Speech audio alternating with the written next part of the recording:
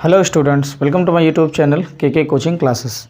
Dear students, हम पढ़ रहे थे क्लास 12th केमिस्ट्री और क्लास 12th केमिस्ट्री में हम पढ़ रहे थे एक चैप्टर नंबर 2 और चैप्टर नंबर 2 में हम मोलरता के क्वेश्चन कर रहे थे। ठीक है, तो ये मोलरता का एक एग्जाम्पल दिया है, एग्जाम्पल नंबर 2.2 और इसे हम लोग आज देखेंगे। तो एग्जाम्पल नंबर 2.2 क्या कहता है कि उस विलेन की मोलरता की गणना कीजिए जिसमें 5 ग्राम NaOH 450 ml विलेन में घुला हुआ है। तो NaOH का जो मात्रा दिया है आपको, NaOH की मात्रा वो आपको दे दी है 5 ग्राम। ठीक है, 5 ग्राम। और अगर हम बात करें NaOH का मोलर द्रव्यमान की, ठीक है, तो इसका मोलर मास क्या हो जाएगा? मोलर मास इसका आप देख सकते, निकाल लीजिए। सोडियम का होता है, सोडियम यानी 11 दूनी 22 23 होता है। ठीक है, प्लस ऑक्सीजन का होता है 16 और इसका 1 होता है। तो हम ऐड करेंगे तो 17 वही टोटल 40 हो जाएगा। ठीक है, तो 40 आ जाएगा इसका मोलर मास। और हमें चूँकि चाहिए मोलरता, तो मोलरता का फार्मूला जानते हैं। मोलरिटी के इक्वल टू क्या होता है? कैपिटल M से लिखा जाता है मोलरिटी को। हालांकि मैं फार्मूला पूरा लिख देता हूँ। मोलरिटी इक्वल टू होता है जो हमारा सॉल्वेंट है उसके मतलब कि विलेय के मोलों की संख्या। ठीक है, विलेय के मोलों की संख्या, विलेय के मोलों की संख्या और अपान में होता है विलेन का आयतन लीटर में। ठीक है, लीटर में, L मतलब लीटर में। तो यहाँ पर जैसे कि अब हम बात करें कि विलेय के मोलों की संख्या कैसे निकालेंगे, तो विलेय के मोलों की संख्या आप फार्मूला जानते ही हैं, बड़ा फेमस फार्मूला है, भार बटे अणुभार। ठीक है, यानी कि वेट अपान मोलर मास। तो वेट कितना है? 5 ग्राम और मोलर मास कितना है? 40। डिवाइड कर देंगे, 5 × 5 5 8 जा 40। ठीक है, और इसको भी डिवाइड करेंगे तो ये 8 और ये 1 सॉरी ये 1 और ये 8 डिवाइड करो तो आप जानते हैं कि पॉइंट लगाना पड़ेगा, 0 बढ़ाना पड़ेगा। 8 बन जा 8 एंड 2 और फिर से आ जाएगा 8 2 जा 16 एंड 8 5 जा 40। तो इसका जो मोलों का जो संख्या आएगा, विलेय के मोलों की संख्या, वो आएगा 0.125 अपान विलियन का आयतन लीटर में, जो कि 450 ml में दिया था। और इसको जब हम 1000 से डिवाइड करेंगे तो ये 1000 थर्ड पोजीशन फर्स्ट नंबर पे चली जाती है। 1 to 5 third position first number पे पहुंच जाती है। तो इस तरीके से 1000 ऊपर चला जाएगा, 1000 ऊपर चला जाएगा और हमारे पास बचेगा 450।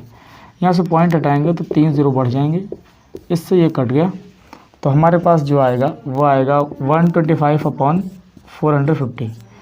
तो 5 से काट देंगे, 5 दूनी 10 5 25 5 9 45 5 25 5 1 5 5 चौके और 5 40। तो ये आ गया 5/18। अब आप इसे भी सॉल्व कर लें तो आंसर आपको मिल जाएगा। 18 से भाग कर दीजिए, पॉइंट लगाइए, 0 बढ़ाइए। 18 दूनी 36 होता है, आप जानते हैं, दूनी 36 और यहाँ 4 बचेगा, यहाँ पर 1 बचेगा।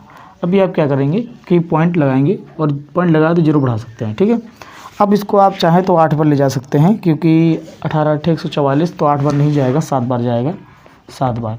हाँ, तो ये आ जाएगा 7 8 56 का 6 करी मिला 5 7 1 7 7 5 12 18 7 126। यहाँ पर बचेगा 4, यहाँ पर बचेगा 1, 14 फिर से बच गया, तो फिर से 7 बार जाएगा। तो जो आपको आंसर मिलेगा फाइनल आंसर आपको क्या मिलेगा, यहाँ से मैं लिख देता हूँ, यहाँ पर फाइनल आंसर मिलेगा 0.277। ठीक है, इसे आप ये भी लिख सकते हैं 0.278। ठीक है, मोल प्रति लीटर, मात्रा क्या होता है? मोल प्रति लीटर। इसे आप मोलर भी लिख सकते हैं, चाहे तो इसे आप मोलर भी लिख सकते हैं। ठीक, तो ये आपका हो गया example number 2.2। Okay, example number 2.2 आपका हो चुका है। अब हम चलते हैं कि आगे एग्जाम्पल कौन सा है। आगे एग्जाम्पल जो है वो मोललता से संबंधित है, मोलैलिटी। तो मोलैलिटी से संबंधित एक एग्जाम्पल है जिसे 2.3 और एक ये पेज नंबर 38 पे मिलेगा, आप देख सकते हैं। ठीक, तो मैं इसे रफ कर देता हूँ।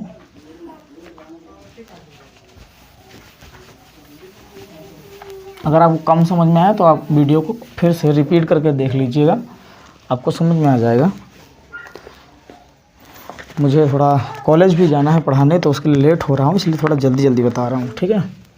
मॉर्निंग में ये मैं वीडियो शूट कर रहा हूँ, अभी जस्ट बज रहा है 7:45 हो रहा है, और मुझे बहुत सारे काम करने हैं, नहाना भी है, खाना भी खाना है, उसके बाद विद्यालय पढ़ाने जाना है, ठीक है। तो इसलिए थोड़ा जल्दी है।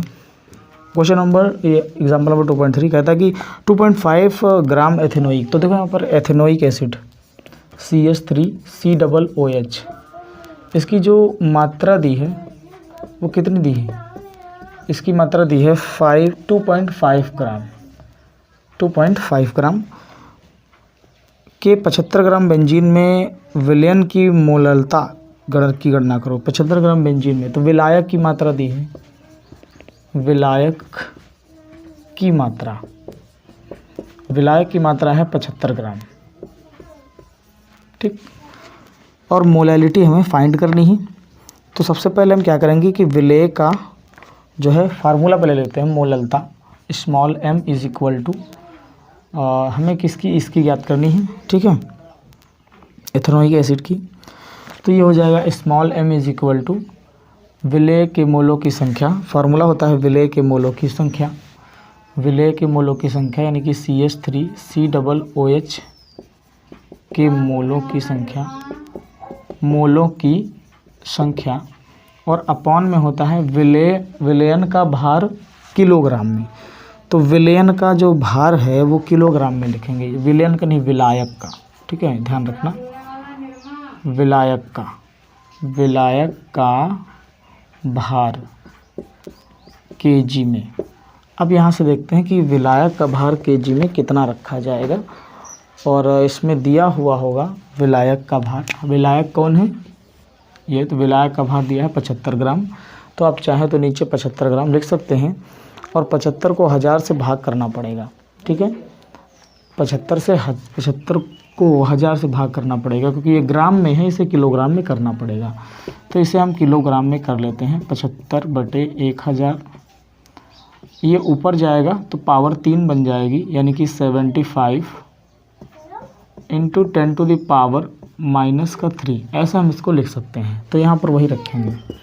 हालांकि CH3COOH के मोलों की संख्या मैं यहाँ निकाल देता हूँ। मोलों की संख्या का फार्मूला होता है भार बटे अणुभार।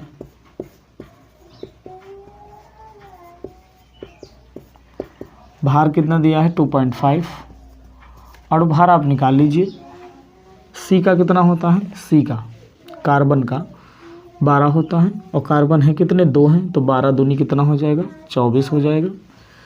हाइड्रोजन कितने हैं? 4 हैं, तो 4 ही रहेगा। ऑक्सीजन 2 हैं, 1 का होता है 16, तो 2 का हो जाएगा 32। 0 कैरी मिला 1, 3 2 5 1 6, ये हो जाएगा 60। तो नीचे हम 60 रख देंगे, पॉइंट हटाएंगे, 0 बढ़ाएंगे।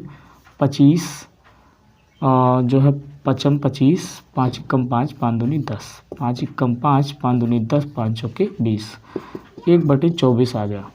अब चाहें तो यहाँ पर 1/24 लिख सकते हैं। इसके भी बटे में विलायक का भार जो कि 75/1000 था, और इसको 75/1000 लिखना चाहें तो लिख लीजिए। ये यहाँ पहुँच जाएगा, ये सबसे ऊपर पहुँच जाएगा। तो यहाँ से सॉल्व करेंगे तो आएगा हमारे पास 1000 बटे में 24 × 75, 25 × 75, 25 चौके 100, ठीक। अभी 2 से कट सकता है, 2 छंग 12, 12 दूनी 24 और ये 20, फिर से 6 और ये 10, फिर से ये 3 और ये 5। तो ये हमारे पास बचा 5/3 × 9। अभी हमें इसे क्या करना है? डिवाइड कर देना है।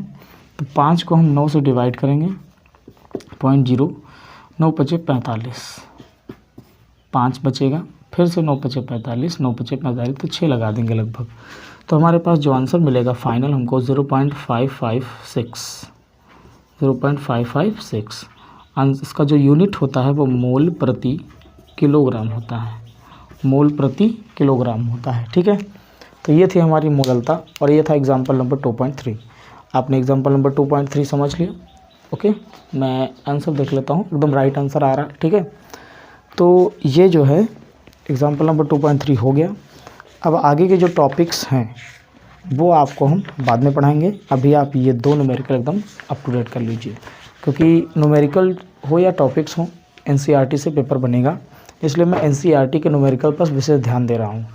अभी कुछ न्यूमेरिकल उसमें के छूटे हुए हैं जो मैं करा रहा था। इसके नीचे एग्जाम्पल मैंने छोड़ दिया था, फिर मैंने सोचा एग्जाम्पल तो बच्चे करते नहीं है तो मैं ही बता देता हूँ, ठीक, इसलिए मैंने एग्जाम्पल बता दिया आपको। मेहनत करते रहिए और नोटबुक से जो है रिवीजन करते रहें, साथ में वीडियोस देख करके रिवीजन करें और नोट्स भी बनाएं अगर आपको अच्छा लगता है तो। ठीक है दोस्तों, वीडियो पसंद आया हो तो इसे लाइक कीजिए, चैनल को सब्सक्राइब कीजिए और अपने दोस्तों के पास ज़्यादा से ज़्यादा शेयर कीजिए। मिलेंगे आपको अगले वीडियो में, तब तक के लिए नमस्कार।